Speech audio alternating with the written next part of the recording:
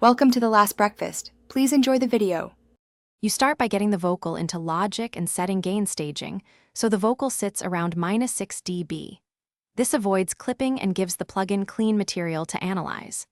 Once done, create or select the audio track, turn on input monitoring, and enable low latency or software monitoring for live tuning. Then insert your Autotune plugin instance on the track's first insert slot so it hears the signal directly. This shortcut jumpstarts the tuning process and prevents routing delays that ruin timing.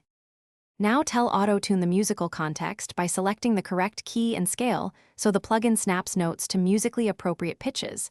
This reduces artifacts. After that, tweak retune speed. Fast values produce the characteristic effect, while slower values preserve expression. Use humanize or similar to avoid overcorrection on sustained notes and adjust tracking to match mic quality. Finally, enable formant or low latency modes if needed. These preserve timbre and keep live performances realistic. Finish by auditioning the tuned vocal in the mix and recording multiple passes. Slightly different retune speeds often yield usable variations you can comp together.